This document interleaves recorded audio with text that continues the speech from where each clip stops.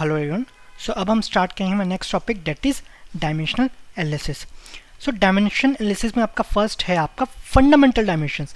नाम से समझ आ रहा होगा फंडामेंटल, मतलब डायमेंशंस का फंडामेंटल क्या है। सो जितने भी डायमेंशंस लिख लो आप, मास लिख लो, फोर्स, आपका वेलोसिटी, एक्सेलरेशन, फिर आपका टाइम हो गया, डायनेमिक विस्कोसिटी, काइनेमेटिक विस्कोसिटी, या जो चाहे पावर हो गया या एनर्जी हो गया, जो आपके टर्म सारे आप वो देख लो। जितने के भी डायमेंशंस है ना, उसके फंडामेंटल डायमेंशन जो आपके रिपीटेड होंगे वो एक तो रहेगा आपका मास, दूसरा लेंथ, तीसरा टाइम। तो ये तीन आपके फंडामेंटल डायमेंशन है। मास उसको m से डिनोट करेंगे, length l, time t। So किसी को अभी हम लिख सकते हैं m to the power a, l to the power b या t टू पावर c। किसी को भी चेक कर लेना, इसके टर्म्स में लिख सकते हैं। और a और b है ना, जीरो हो सकते हैं, पॉजिटिव नेगेटिव, ये आपके कुछ भी हो सकते हैं। तो आपके फंडामेंटल डायमेंशन हो गए, ये आपके इंपॉर्टेंट है। ओके, नेक्स्ट है आपका डायमेंशनल होमोजेनिटी। अब इसमें दो आते हैं, डायमेंशनल होमोजेनिटी और डायमेंशनल नॉन होमोजेनिटी। ठीक है, सो इसमें डायमेंशनल होमोजेनिटी बहुत ही इजी रहता है। क्यों इजी? इन द सेंस इसमें आपको देखना नहीं पड़ता कि यूनिट क्या रखना है। Area Q is equal to AV, ये तो आपको पता है डिस्चार्ज के लिए। तो इसको जिस फॉर्म में आपको रखना है, सपोज आप SI में रखो तो Q भी आपको SI में ही मिलेगा। सपोज आप CGS में रखो तो ये भी आपको CGS में मिलेगा। तो जिस टर्म में रख रहे हो, जिस सिस्टम में रख रहे हो, वही मिलेगा आपको।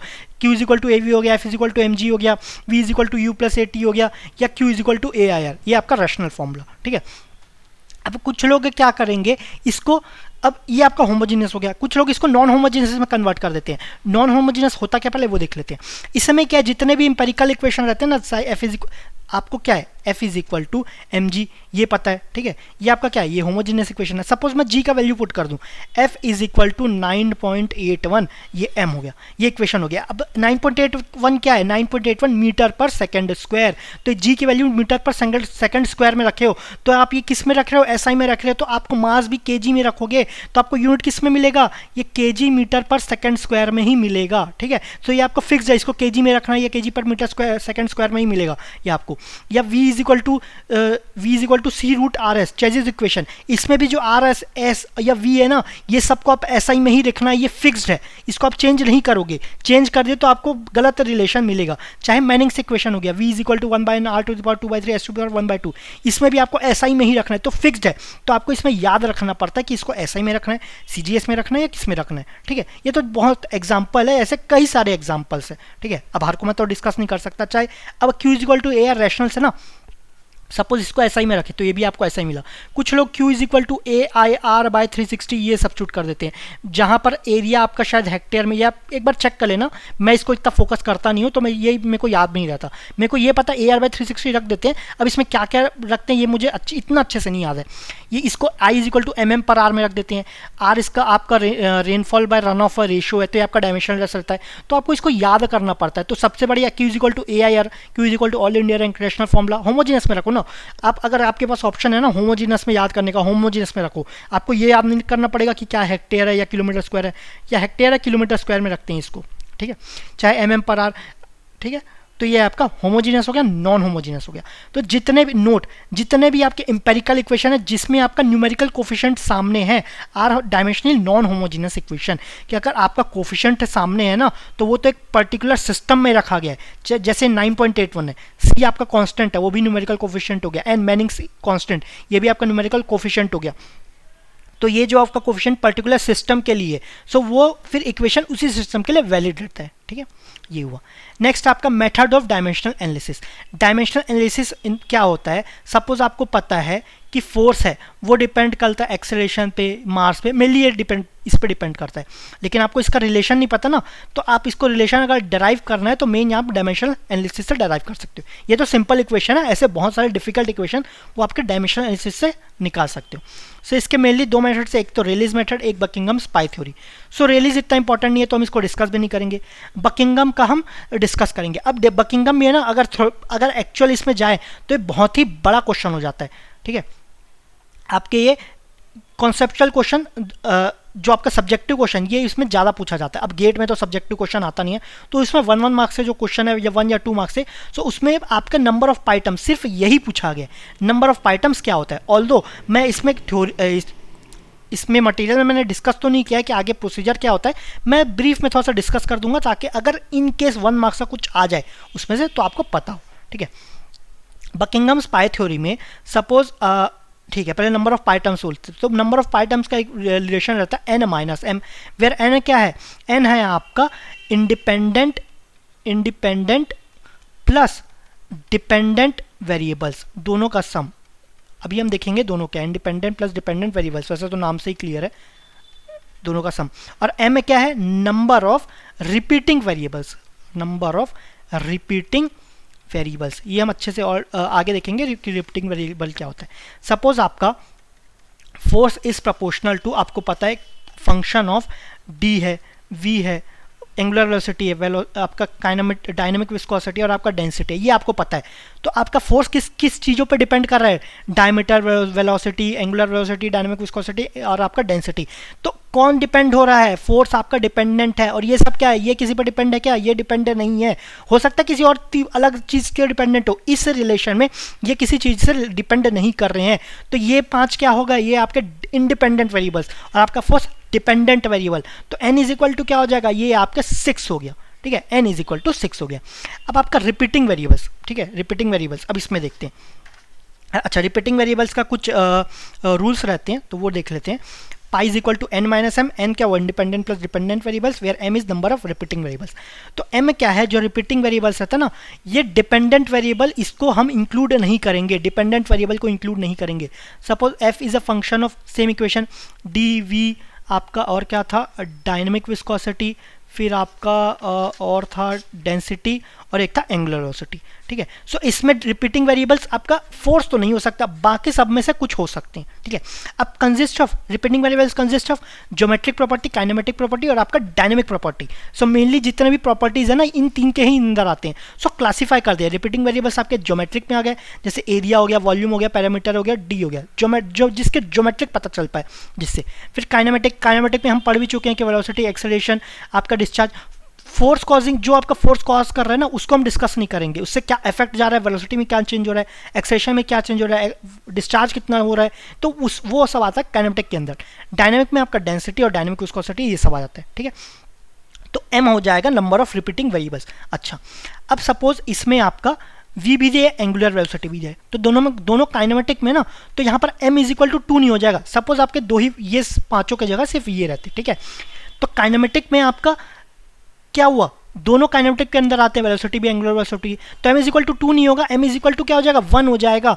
मतलब काइनेमेटिक वाला है कि नहीं, हमें चेक करना है, काइनेमेटिक वाला है तो ओके 1 हो गया, ठीक है। काउंट करेंगे कि ज्योमेट्रिक, काइनेमेटिक, डायनेमिक में टोटल कितने हैं, तो m मैक्सिमम कितना हो सकता है, मैक्सिमम m आपका 3 हो सकता है, ज्योमेट्रिक, काइनेमेटिक, डायनेमिक, ठीक है। ओके, सो इस केस में m कितना होगा, ज्योमेट्रिक है क्या, d है, और चेक करने की जरूरत नहीं है, अगर एक मिल गया ना दूसरा चेक करने की जरूरत नहीं। काइनेमेटिक आपका v है, दूसरा चेक ही मत करो, एंगुलर वेलोसिटी हो या ना हो कोई फर्क नहीं पड़ता, आपको एक रहना चाहिए, मिनिमम एक रहना चाहिए। डायनेमिक आपका रो है, ठीक है, एक है तो आगे बढ़ जाओ। तो तो m इज इक्वल टू हो गया, ये 3 हो गया, n इज इक्वल टू पता ही है 6 है, तो आपको नंबर ऑफ पाई टर्म्स कितने हो गए, n minus m, that is 6 minus 3, that is pi is equal to 3, ये हो गया। नंबर ऑफ पाई टर्म्स क्या हो गए, ये आपके 3 हो गए। लेकिन पाई इज इक्वल टू 3 का यूज क्या आया, तो ये जो यूज आता है ना, वो इतना इसमें नहीं, गेट में नहीं पूछा जाता, फिर भी मैं थोड़ा ब्रीफ में डिस्कस कर लेते हैं। Suppose pi is equal to 3 हो, तो पाई 1, पाई 2, पाई 3, आप ये लिख लेना, पाई इज इक्वल टू 3 है ना, ये कर लेना, is equal to is equal to is equal to, तीनों क्या हो जाएंगे, डायमेंशन लेस रहेंगे, मतलब तीनों आपका m0, L0, T0, ये तो आपका तीनों में रहेगा, ठीक है। m0, 0 ऊपर आना चाहिए था, L0, T0, इसमें भी m0, L0, T0, ठीक है, ये हो गया। अब अभी हम 3 प्रॉपर्टी क्या पढ़े, डायनेमिक में आप क्या देखे, 3 रहते हैं ना, सॉरी पहले आपका ज्योमेट्रिक रहता है, ज्योमेट्रिक प्रॉपर्टी में सपोज आपका डाया लिए, फिर आपका काइनेमेटिक में आपका वेलोसिटी कंसिडर किए, फिर आपका डायनेमिक में आप कंसिडर किए आपका डेंसिटी, तो ये 3 आप फिक्स्ड कर दो। फिक्स कर दो मतलब row of A1, V of B1, D of C1, वैसे ही row of A2, V of B2, D of C2, row of A3, V of B3 और D ऑफ C3, ये फिक्स हो गया। अब इनके अलावा बचे क्या, एक तो आपका फोर्स बच गया, दूसरा आपका एंगुलर वेलोसिटी बच गया, और एक आपका डायनेमिक विस्कोसिटी बच गया। तो 3 इक्वेशन के सामने तीनों को एक एक कहीं भी सब्स्टिट्यूट कर दो। F हो गया एंगुलर वेलोसिटी हो गया और आपका डायनेमिक विस्कोसिटी हो गया। अब ये एक रिलेशन हो गया। पाई वन क्या डायमेंशनलेस है, तो इसका भी जो अगर आप मल्टीप्लाई करेंगे तो ये आपका डायमेंशनलेस आएगा। सिमिलरली ये भी डायमेंशनलेस है, ये भी डायमेंशनलेस आएगा, ये भी डायमेंशनलेस आएगा। सो इससे आपको तीनों के वेरिएबल्स मिल जाएंगे, A1 B1 C1 A2 B2 C2। Similarly आपका A3 B3 C3 आपको तीनों मिल जाएंगे। तीनों कोफिशिएंट्स क्या है, कुछ हो सकते हैं जीरो, कुछ नेगेटिव हो और कुछ आपका पॉजिटिव हो। तो ये सब क्या हो जाएंगे, डायमेंशनलेस टर्म्स मिल जाएंगे। तो ये आपके पता चल जाएगा कि कौन किस पे डिपेंड कर रहा है। तो ये आपका था। सपोज ये आपका इसमें से कुछ रिलेशन मिला, ठीक है, इसमें से कुछ रिलेशन मिला, इसमें से कुछ रिलेशन मिला, तो f is a function of function of phi1 comma phi2 comma phi3 is equal to 0। आप ऐसा लिख सकते हैं, ठीक है। ज़्यादा यूज अगर समझ नहीं आ रहा छोड़ दो। मेन जो आएगा ना, मेन आपका नंबर ऑफ पाई टर्म्स ही पूछा जाएगा, ठीक है, उसके आगे नहीं पूछा जाएगा। ज़्यादा से ज़्यादा आपको पूछा पाई वन में क्या क्या आ सकता है, पाई टू में अगर हो सकता है, जब चांसेस तो बहुत ही कम है, लेकिन इन केस आ जाए तो मैंने ब्रीफ में थोड़ा सा एक्सप्लेन कर दिया, ठीक है। डिटेल में पढ़ना है तो आप बुक से पढ़ सकते हो, उसमें कोई आपको कोई रोक टोक नहीं है। मैं बस यहाँ से डिस्कस नहीं करूँगा क्योंकि चांसेस बहुत ही ना के बराबर वैसे आने के। ओके, नेक्स्ट है आपका फिर मॉडल। मॉडल में आता है आपका undistorted, distorted. So most of the questions ना अनडिस्टॉर्टेड से ही आते हैं। एक्चुअली पूरे क्वेश्चन अनडिस्टॉर्टेड से आए हैं, डिस्टॉर्टेड से आज तक कुछ नहीं आया है, ठीक है। अनडिस्टॉर्टेड मतलब क्या हुआ, similar geometric shapes and size, जिसका ज्योमेट्रिक प्रॉपर्टी सेम रहता है। डेट इज सपोज कोई भी आपका एक सपोज एक प्रोटोटाइप है, प्रोटोटाइप सपोज आप बड़ा सा डैम कंस्ट्रक्ट कर रहे हैं, डिज़ाइन कर रहे हैं। अब आपको डिज़ाइन करना है तो उसको सपोज सोचे बना के चेक कर लेते कि सही हो रहा है कि नहीं। तो इतना बड़ा शेप का तो बना के चेक नहीं करेंगे, तो क्या करेंगे, अपने लैब में छोटा सा शेप का बना के देखेंगे कि वो सही काम करेगा कि नहीं करेगा। तो उसका एक मॉडल बनाएंगे, ठीक है, मॉडल जिसका शेप एंड साइज कम रहेगा। नॉर्मल सिविल इंजीनियरिंग में कम रहता है, कभी कभी मॉडल का शेप बड़ा भी हो सकता है, लेकिन सिविल इंजीनियरिंग में मेनली कम रहता है। ओके, सो इसका मतलब क्या हुआ, यहाँ पर क्या लिखा है, LH is equal to LV is equal to LR। Ratio of length in horizontal direction by ratio of length in vertical direction is equal to ratio of lengths, ठीक है। ये अनडिस्टॉर्टेड में मतलब अगर सपोज इसका ये आपका विड्थ है, BP मतलब विड्थ ऑफ प्रोटोटाइप, ये आपका BM width of model. Similarly depth of prototype, ये आपका डेप्थ ऑफ मॉडल, ठीक है। सो आपका width of model by width of prototype is equal to होगा depth of model by depth of prototype. किसमें, ये आपका अनडिस्टॉर्टेड में, दोनों का रेशियो सेम होगा। इसी को हम लिख देते हैं length of model by length of length of model by length of prototype, या इसको LR। तो ये लिख देते हैं, ठीक है। ये किसमें, अनडिस्टॉर्टेड में। डिस्टॉर्टेड होता ना तो BM ये क्या है, length of vertical, ratio of length in vertical direction is not equal to ratio of length in horizontal direction. So BM by BP width of model by width of prototype is not equal to depth of model by depth of prototype, ये equal नहीं रहता। तो ये इस दोनों में difference है। तो प्रोटोटाइप डिस्टॉर्टेड आपका ज़्यादा नहीं पूछा जाता, अनडिस्टॉर्टेड ज़्यादा आते हैं क्वेश्चन में, ठीक है। LH हो गया हॉरिजॉन्टल डायरेक्शन में, BM by BP that is with in model by width of prototype. Vertical में आपका depth of model by depth of prototype. इसको लेंथ स्केल रेशियो बोलेंगे, इसको वर्टिकल डेप्थ स्केल रेशियो बोलेंगे। ये आपका लेंथ रेशियो ऑफ लेंथ होता है, length of model by length of prototype. Undistorted है तो उसको लेंथ के टर्म में बोला जाता है, ठीक है। ये हुआ, ओके। नेक्स्ट आपका है डायमेंशन। अभी तक जितना भी आ रहा है इतना क्वेश्चन अभी नहीं आया इस टॉपिक से, ठीक है। मेन जो आया वो सिमिलैरिटी लॉ से आएगा, ठीक है। डिस्कस तो करेंगे तो भी जो भी है हो क्या पता आ जाए। डायमेंशनल सिमिलिट्यूड, ये क्या होता है, model is said to be completely similar when they are geometrically similar, kinematically similar और डायनेमिकली सिमिलर। ज्योमेट्रिक सिमिलर तो आपको पता चल गया, उसके रेशियो ऑफ लेंथ सिमिलर, ये रेशियो ऑफ डायमेंशन सिमिलर होनी चाहिए।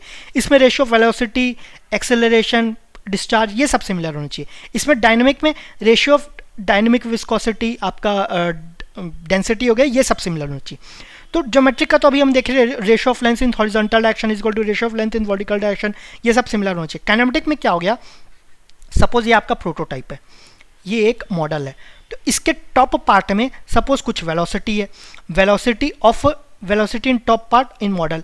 तो ये क्या है, velocity of top part in, ये आपका प्रोटोटाइप है, ये आपका मॉडल है, ठीक है। Velocity of top part in model. Similarly velocity in bottom part of prototype, यहाँ पर velocity in bottom part of model. तो इस समय क्या हो जाएगा, आपका मॉडल बाय प्रोटोटाइप का रेशियो सेम रहता है। किसी भी पॉइंट में रखें ना, सपोज टॉप का पॉइंट ले रहे हैं तो VT of M by top part इसका prototype is equal to velocity of bottom in velocity in bottom part of model by velocity in bottom part by prototype. तो ये आपका वेलोसिटी का रेशो सिमिलर होना चाहिए, तभी इसको बोलेंगे काइनेमेटिक सिमिलर।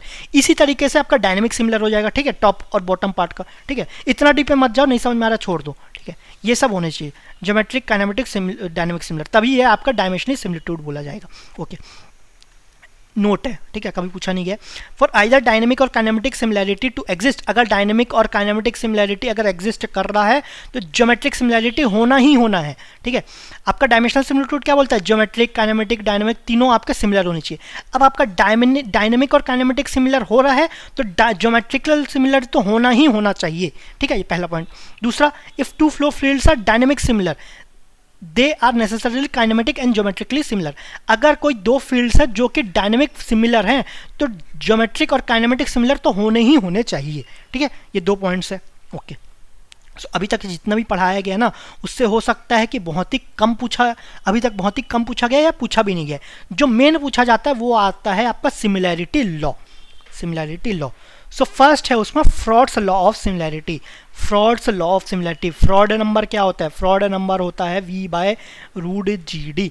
ये कब एप्लीकेबल रहता है, जब इसमें क्या है v बाय जी डी, ये तो वेलोसिटी हो गया। ये आपका क्या हो गया, ग्रेविटी। जब Froude law is applied wherever gravitational force are important, तो जब भी ग्रेविटेशनल फोर्स रहता है ना तो जी वाला फॉर्मूला हम यूज करते हैं। जी वाला फॉर्मूला कौन सा है, फ्रॉड नंबर। फ्रॉड नंबर को क्या क्या कैसे, फ्रॉड नंबर क्या होता है, ये root of inertia force by gravity force, ये पूछा गया।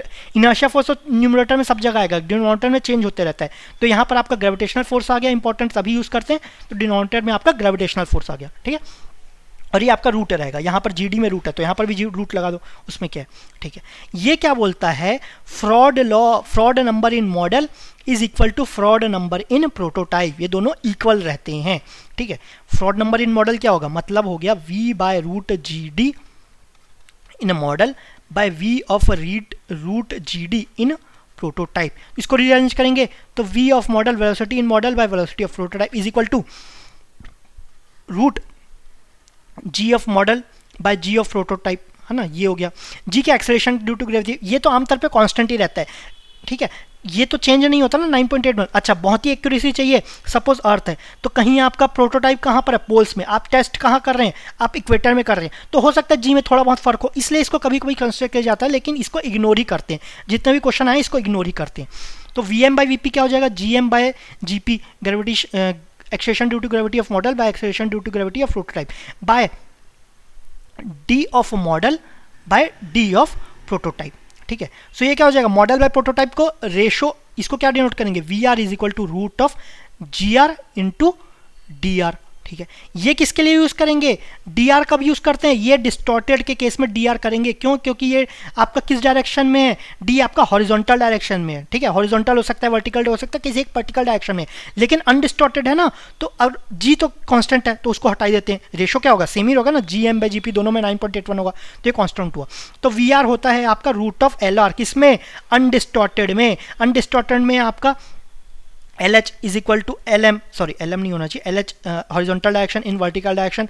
तो ये आपका डी सपोज हॉरिजॉन्टल डायरेक्शन में, उसके जगह हम क्या करेंगे, आपका जनरलाइज क्या रहते हैं, आपका रेशियो ऑफ लेंस ये रहता है। तो ये किस में रहता है, ये आपका अनडिस्टॉर्ट में रहता है, मोस्टली आपका ये इंपॉर्टेंट है। तो ये ध्यान रखना है, V R is equal to root of L R, किसमें, फ्रॉड्स लॉ ऑफ सिमिलैरिटी। ये कब की यूज किया जाता है, जब आपका ग्रेविटेशनल फोर्स इंपॉर्टेंट रहता है। ग्रेविटेशनल फोर्स किसमें इंपॉर्टेंट रहता है, सपोज ओपन चैनल फ्लो है, रिजर्वायर्स है, स्पिलवे है, डैम है, रिवर्स है। ओपन चैनल में आपका रिवर्स आता है, आपको और समझ नहीं आ रहा, ओपन चैनल मतलब आपका जो फ्लो हो रहा है वो चैनल में फ्लो हो रहा है। चैनल क्या है, वो open to atmosphere, open to atmosphere है, पाइप फ्लो नहीं है। पाइप में आपका फ्लो होता है ड्यू टू प्रेशर फ्लो रहता है, ये ओपन टू एटमॉस्फेयर है। प्रेशर क्या लग रहा है, एटमॉस्फेरिक प्रेशर लग रहा है, ठीक है। आपको और समझ नहीं आ रहा तो आपके जो घर के आसपास जो कंड्यूट से नाली है वो सब क्या रहते हैं, वो आपके ओपन चैनल रहते हैं, ठीक है। ओपन चैनल और हम डिस्कस करेंगे नेक्स्ट चैप्टर में, ठीक है। तो V R is equal to root of L R. तो वहीं यहाँ पर बताया गया कि v by root G D of model by v of root G D of prototype. तो ये आपको रीअरेंज कर लिए, V R is equal to root of G M by G P by root of D M by D P. ये किस में आ जाएगा, ये आपका डिस्टॉर्टेड में आ जाएगा। रूट जी को तो हटा दिया, root of L V, ratio of length in vertical direction. ये डी अगर वर्टिकल डायरेक्शन में तो वर्टिकल डायरेक्शन में हो गया। अनडिस्टॉर्ट में रेशियो ऑफ लेंथ हो गया, ठीक है, रूट ऑफ एल आर। ये आपको क्या बोलते हैं, एल आर को ये आपको स्केल रेशियो भी बोला जाता है, स्केल रेशियो, ठीक है, स्केल रेशियो। ये इंपॉर्टेंट है किसमें, ये आपका फ्रॉड्स लॉ में आता है, और अलग अलग लॉ है उसमें मत अप्लाई कर देना, ये इंपॉर्टेंट है, इसको याद नहीं कर पा रहे हो फ्रॉड लॉ से डराइव कर लेना, ठीक है। अब जैसे वेलोसिटी का रेशो निकाले वैसे एरिया का भी रेशो निकाल सकते हैं। एरिया क्या होता है, लेंथ इनटू विड्थ, एल क्या हुआ, ये आपका हॉरिजॉन्टल डायरेक्शन में सपोज है, ये आपका वर्टिकल डायरेक्शन में, तो ए आर क्या हो जाएगा, ये आपका L H into L V, ये हुआ, ये किस में, ये आपका डिस्टॉर्टेड में हो गया, डिस्टॉर्टेड में, ठीक है। बी आर यहाँ पर हॉरिजॉन्टल वर्टिकल को विड्थ डेप्थ कुछ लिख लें, ठीक है, कोई डिफरेंस नहीं है। और आपका अनडिस्टॉर्टेड में क्या होगा, ये L H is equal to L V is equal to L R, ठीक है, is equal to L R. तो इसका जगह क्या लिखेंगे, L R into L R, that is L R का स्क्वायर, ठीक है। तो ये किस में वो अनडिस्टॉर्टेड, तो मैक्सिमम क्वेश्चंस अनडिस्टॉर्टेड में थे अभी तक, मैं इसलिए एक्सप्लेन कर रहा था, इनकेस डिस्टॉर्टेड के क्वेश्चन आ गए सो ऐसे कर सकते हो, ठीक है। अब मेनली हम अनडिस्टॉर्टेड का ही डिस्कस करेंगे। वॉल्यूम रेशो आपका क्या होता है, length into width into height, तो रेशो क्या हो जाएगा, एल आर का cube. Similarly time ratio, time क्या होता है, डिस्टेंस बाय वेलोसिटी, मतलब L R by V R, V R क्या है, रूट ऑफ एल आर, हम अभी हम डेराइव किया ना रूट ऑफ एल आर, तो L R by root of L R क्या हो जाएगा, रूट ऑफ एल आर, ये हो गया। सेम फिर आपका डिस्चार्ज रेशो, डिस्चार्ज क्या होता है, ये आपका ए वी रहता है, एरिया और वेलोसिटी। एरिया क्या है आपका एल आर स्क्वायर, वेलोसिटी क्या है रूट ऑफ एल आर, दोनों को इंटू करेंगे तो L R to the power 5/2, तो Q R is equal to हो जाएगा L R to the power 5/2। अच्छा, जितने भी रिलेशन है ना, एक को भी याद नहीं करना है, इसको भी याद नहीं करना है, आपको फ्रॉड नंबर याद करना है, क्या होता है V by root G D A, कई बार आपका ओपन चैनल फ्लो में और अलग अलग जगह भी यूज आएगा, ठीक है, ये याद रखना है, दोनों को सेम करना है, तो V is equal to root of L R होगा, उससे आपको सब डेराइव करना है। ये कब इक्वल टू करोगे, जब आपका ग्रेविटेशनल फोर्स इंपॉर्टेंट रहेगा, किसमें रहता है वो, open channel flow, reverse, dam, spillway, ये सब में इंपॉर्टेंट रहता है, ठीक है। कुछ है आपको रटना नहीं है, जितना आप समझ के करोगे उतना ज़्यादा अच्छा होगा, उतना ज़्यादा दिन तक का याद रहेगा, ठीक है। फिर mass ratio, mass is equal to क्या होता है, ये आपका डेंसिटी इंटू वॉल्यूम। अच्छा, डेंसिटी अगर मॉडल और प्रोटोटाइप का एक ही मटेरियल से बन रहा है तो डेंसिटी तो सेम होगा ना, नहीं होगा तो रो आर लिख देंगे, लेकिन ज़्यादातर आपका सेम मटेरियल से रहता है तो रो आर नहीं रहेगा, अगर सेम रहा तो डेंसिटी इंटू वॉल्यूम, वॉल्यूम क्या है आपका एल आर का क्यूब, तो rho R into L R cube, अगर सेम मटेरियल तो एल आर क्यूब, तो नॉर्मली आपका एल आर क्यूब ही रहेगा if density is same, normally density आपका सेम रहेगा। एक्सेलरेशन रेशो, एक्सेलरेशन क्या होता है, वेलोसिटी बाय टाइम, वेलोसिटी क्या है आपका root of L R, time क्या है, ये भी आपका रूट ऑफ एल आर है ना, तो root of L R by root of L R मतलब आपका 1 हो जाएगा, चाहे मॉडल का ले लो या प्रोटोटाइप का ले लो, दोनों में एक्सेलरेशन क्या होगा, सेम होगा, क्योंकि A R is equal to 1 है। Similarly force ratio, F R is equal to M R, force क्या होता है, मास इंटू एक्सेलरेशन, मास क्या होता है, मास अभी हम देखें ना एल आर क्यूब, एक्सेलरेशन क्या है 1, तो एल आर क्यूब हो जाएगा, ठीक है। किसी को याद करने की ज़रूरत नहीं है, मैं अगर इतना याद करने का होता ना मैं बताता ही नहीं, इसको सिर्फ एक्सप्लेन करना है, तो एक बार हम ऐसी गो थ्रू कर लेते हैं, ठीक है। वर्क एंड एनर्जी, वर्क क्या होता है, force into displacement, force is equal to क्या होता है, अगर याद नहीं है, force is equal to mass into acceleration, mass क्या होता है, ये आपका rho into volume into acceleration, acceleration तो 1 होता है ना, ये अगर ये भी याद नहीं है तो v बाई टी कर लो, वेलोसिटी बाय टाइम, वेलोसिटी का root of L R, time का रूट ऑफ एल आर, तो ये 1 हो गया। रो बाय वॉल्यूम, तो वॉल्यूम का आपका एल आर क्यूब, तो ये आपका कितना होगा, फोर्स का एल आर क्यूब हो जाएगा, डिस्टेंस का L R cube into L R, that is L R to the power 4, ये आपका वर्क का हो गया। प्रेशर का फोर्स बाय एरिया, फोर्स क्या है, force L R cube by L are square, तो ये एल आर हो जाएगा। पावर रेशो, पावर होता है फोर्स इंटू वेलोसिटी, फोर्स हम देखिए एल आर क्यूब, वेलोसिटी आपका रूट ऑफ एल आर, तो ये आपका L R 7 to the power 2, ठीक है। तो आप जो वर्क, रे, प्रेशर, पावर, ये सब का अगर फॉर्मूला याद होगा ना तो सब आप डेराइव कर सकते हो डायमेंशनल में, कोई आपको अलग से याद करने की जरूरत नहीं है। ओके, नेक्स्ट है आपका रेनॉल्ड्स लॉ ऑफ सिमिलैरिटी। पहला क्या था, फ्रॉड्स लॉ ऑफ सिमिलैरिटी, वो कब यूज किया था, जब आपका important force due to gravitation रहता था।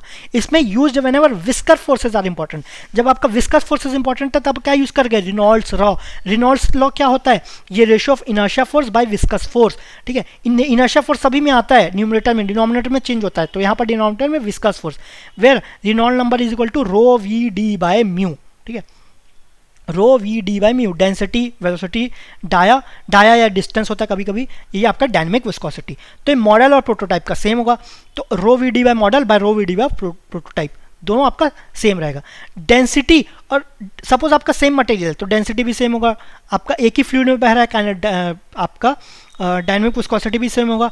तो V R is equal to क्या हो जाएगा, ये इन्वर्सली प्रोपोर्शनल है डी के, so V R is equal to 1 by L R. अच्छा, ये किस में आया, ये आपका रेनॉल्ड में आया, फ्रॉड में क्या था, V R is equal to root of L R, ठीक है, ये था। रेनॉल्ड में we R equal to 1/LR। अब आप सपोज इसको याद करोगे तो क्या कर सकते हो, कभी कभी ये कंफ्यूज हो सकते हो। रेनॉल्ड में आपका V R equal to root of LR ले ले, फ्रॉड में आपका V R equal to 1/LR ले लो। याद करोगे तो कभी कभी क्या हो सकता है, भूल सकते हो। लेकिन आप ये तो याद रखना ही रखना है, रेनॉल्ड नंबर और आपका फ्रॉड नंबर V/√GD। अगर ये सब याद है ना तो ये सब इजीली डराइव कर लोगे, तो आपको कुछ अलग से याद करने की ज़रूरत नहीं है, ठीक है। बाकी आपकी मर्जी याद करना है तो ओके। सो ये आपका विस्कस फोर्स किस में इंपॉर्टेंट रहते हैं, ये आपका सबमर्ज्ड फ्लो हो गया, एयरप्लेन्स हो गया। सबमर्ज्ड फ्लो मतलब आपका सबमरीन फ्लो है, तो मेनली आपका कहाँ यूज़ किया जाता है, सॉरी सबमरीन हो गया, वहाँ पर आपका Reynolds law of similarity use किया जाता है, जहाँ पर V R equal to LR होता है। तो अब इसका एरिया रेशो निकाले तो आपका सेम ही रहेगा ना, LR²। वॉल्यूम रेशो निकाले तो आपका सेम रहेगा, LR³, ठीक है। बाकी चेंज किस में होगा, आपका टाइम में हो गया, फिर एक्सेलरेशन में हो गया, वेलोसिटी आपका और फोर्स में हो गया, ये सब में चेंज होगा। तो ज़्यादा और मैं नहीं बता रहा हूँ, क्योंकि ये सब आप डिराइव कर सकते हैं। ऐसा कोई ये नहीं है कि उसको याद करना है या इंपॉर्टेंट फॉर्मूला है, तो वो आप सब डिराइव कर सकते हो। रेनॉल्ड्स नंबर में बहुत ही कम क्वेश्चन पूछा गया है, ठीक है। सो ये सब आप बाकी देख लेना, सिर्फ एक हम देख लेते हैं, टाइम रेशो। टाइम क्या होता है, distance by velocity, distance by velocity. ये क्या हो जाएगा, डिस्टेंस LR, वेलोसिटी क्या देखे 1/LR, तो ये 1/LR तो क्या हो जाएगा, LR², ये हो जाएगा। तो सिमिलरली आप बाकी सब चीज़ डराइव कर सकते हैं। सिमिलरली मोमेंटम को भी डराइव कर सकते हैं, मास इनटू वेलोसिटी, ठीक है, ओके। सो ये आपका रेनॉल्ड्स लॉ ऑफ सिमिलैरिटी हो गया, वो आपका फ्रॉड्स लॉ ऑफ सिमिलैरिटी। ये दोनों इंपॉर्टेंट है, मैक्सिमम क्वेश्चन इनमें से भी बोलोगे ना तो frauds law, maximum question of का फ्रॉड्स लॉ ऑफ सिमिलैरिटी से पूछा गया, ठीक है, ओके। तो आपको पता चल गया RE इज इक्वल टू क्या होता है, root of inertia force by viscous force, sorry root नहीं होता, inertia force by viscous force. Froude number क्या होता है, root of inertia force by आपका ग्रेविटी फोर्स, ठीक है, V/√GD रहता है। तो G आ रहा है तो ग्रेविटेशनल फोर्स आ गया। वैसे ही आपके यूलर नंबर, मैक नंबर और वेबर नंबर भी रहते हैं। इनमें से क्वेश्चन इतना कभी नहीं पूछा था, सिर्फ एक बार पूछा गया, वो भी सिर्फ आपका पूछा गया कि रेशियो ऑफ क्या होता है, ठीक है। वो भी आपके मैचिंग में पूछा गया था। मैचिंग में ऑप्शन था आपका रेनॉल्ड नंबर, फ्रॉड नंबर का भी ऑप्शन था। तो सिर्फ आपको यही दोनों पता रहता ना, तो आपके क्वेश्चन बन जाते, ठीक है। लेकिन अभी इनकेस कभी मैचिंग में ना है, डायरेक्टली 1 मार्क्स के आ गए कि यूलर नंबर किसका रेशियो रहता है, या मैक नंबर या वेबर नंबर, इसलिए हम एक बार देख लेते हैं। यूलर रहता है inertia by root of inertia by pressure, ठीक है। Mach number inertia by elastic number. आपका जो वेबर रहता है वो उसमें रूट नहीं रहता, वेबर में रूट नहीं रहेगा, ये inertia force by surface tension force, ठीक है। आपको याद करना है तो देख लो, यही नहीं भी याद करोगे तो भी आपका चलेगा। आप याद कर सकते हो कि यूलर लॉ कहाँ पर एप्लीकेबल रहता है, वो प्रेशर में रहता है, ऐसा कुछ आप रिलेशन ले सकते हो। मैक आपका कहाँ पर यूज होता है, आपका इलास्टिक में, ऐसा कुछ आपका रिलेशन देख सकते हो। नहीं याद करना कोई बात नहीं, वेबर आपका सरफेस टेंशन के लिए होता है, ओके, ठीक है। सो इसमें इतना ही था, थैंक यू वेरी मच।